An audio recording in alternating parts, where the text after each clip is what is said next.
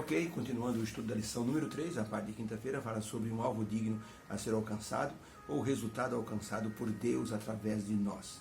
Quando Deus nos chama para a salvação, nós não temos ideia do que Ele vai fazer por nós, do que Ele vai fazer em nós e mesmo através de nós. A misericórdia divina nos aceita, nos perdoa, nos salva, nos conduz para um bem comum que é a salvação, e nosso Pai Celestial tem prazer quando a pessoa se volta para as coisas espirituais, quando a pessoa aceita Jesus, quando aceita o seu amor, quando aceita ser dirigido pelo Espírito Santo. Tudo isso agrada a Deus. Quando a pessoa tem fé, quando usa essa fé para beneficiar outras pessoas que precisam do poder de Deus, e assim o amor de Deus vai sendo assim espalhado, vai sendo assim compartilhado com outras pessoas. Por isso, Jesus Cristo é o nosso Salvador. Deus é o nosso Criador.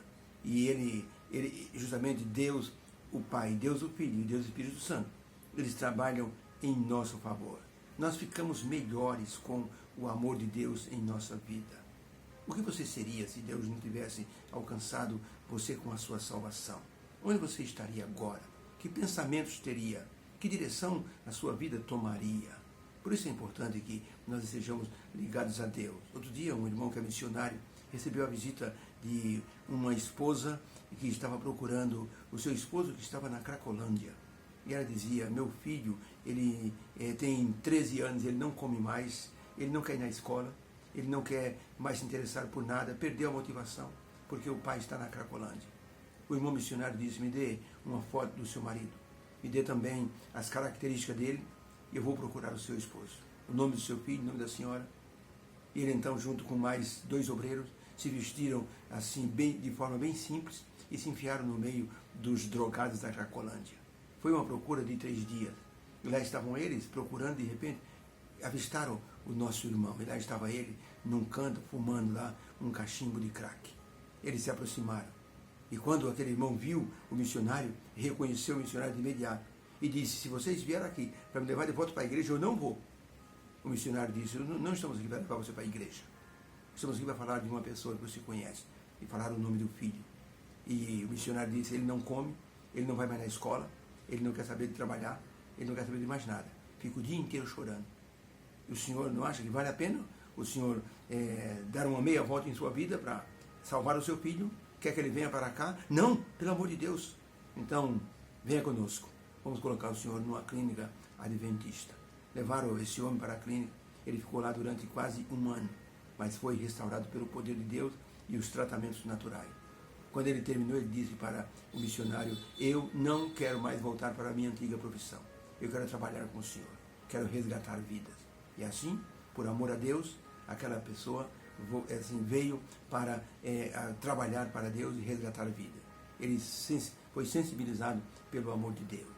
Se Deus, ele disse, se Deus assim se preocupou em me salvar, eu tenho que me preocupar em salvar outras pessoas, principalmente aqueles drogados que estão lá, que têm famílias também e estão no desespero, estão afundados no vício nas drogas.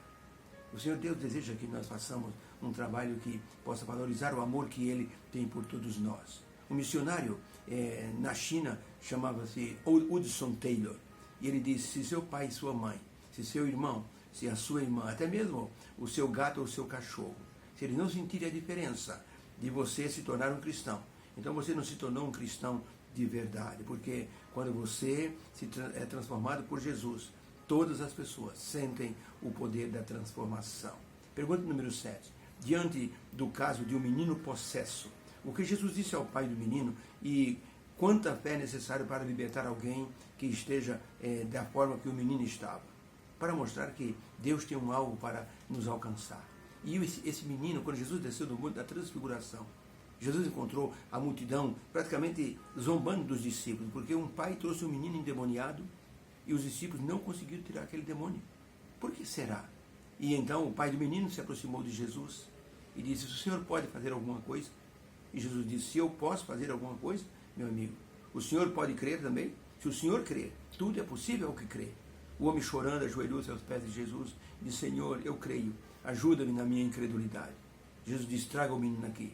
O demônio, quando viu Jesus Cristo, ele começou a esfumar, ele começou a se debater no chão. Jesus Cristo disse: espírito mudo e surdo, sai desse menino. E o menino estremeceu muito, a ponto de ficar como morto. Diz o texto bíblico, em Marcos capítulo 8, 17 a 29, que o menino ficou como morto, todos diziam: está morto. Mas no verso 28 diz assim: e quando Jesus tocou no menino, o menino se levantou. E os discípulos, quando entraram em casa junto com Jesus, perguntaram: Senhor, por que nós não podemos expulsar aquele demônio?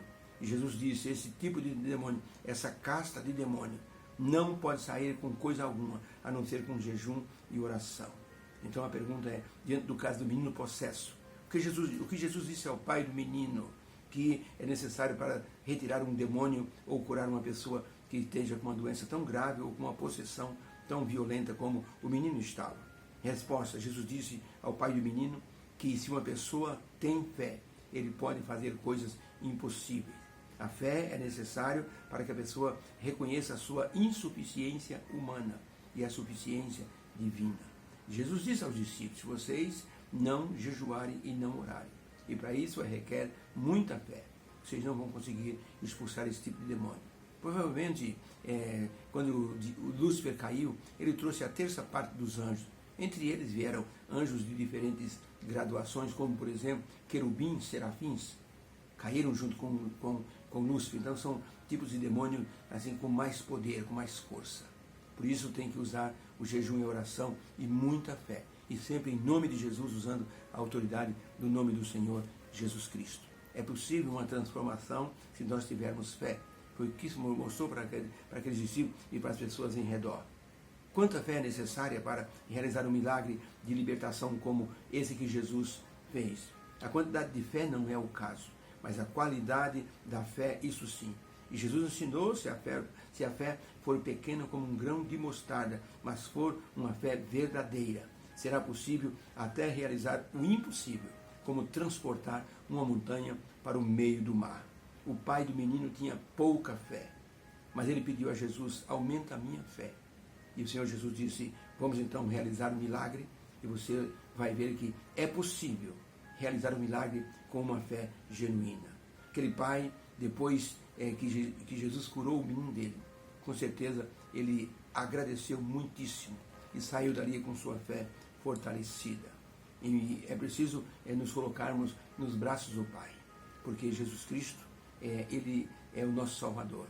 Nosso Deus amado, o Pai, ele é aquele que planejou o plano da redenção. E o Espírito Santo é aquele que nos dirige para esse plano, a fim de que aceitemos o Senhor Jesus Cristo. A ajuda divina sempre será necessária para a nossa vida espiritual.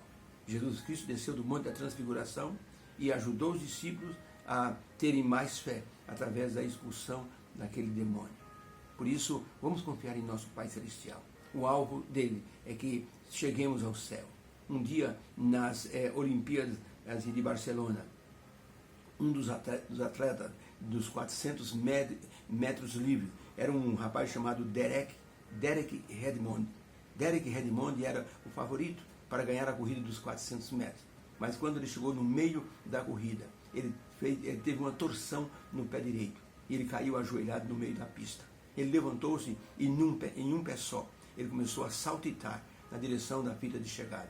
O seu pai estava na arquibancada e viu a cena. Correu depressa, pulou ali a pequena cerca e deu o ombro para o filho. O filho apoiou no ombro do pai e os dois chegaram na fita do final da corrida. A multidão levantou-se e aplaudiu os dois. Mas essa história nos mostra que se nós estamos indo assim no caminho para o céu, Jesus Cristo está na fita de chegada. Hebreus capítulo 12 diz assim: corramos com paciência a carreira que nos está proposta.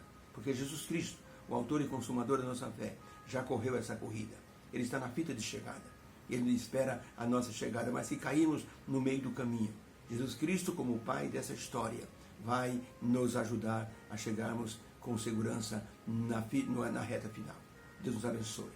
O alvo está proposto. Vamos então pedir a Deus que nos ajude a alcançarmos esse alvo pelo poder do Espírito Santo. Que Deus te abençoe grandemente. Amém.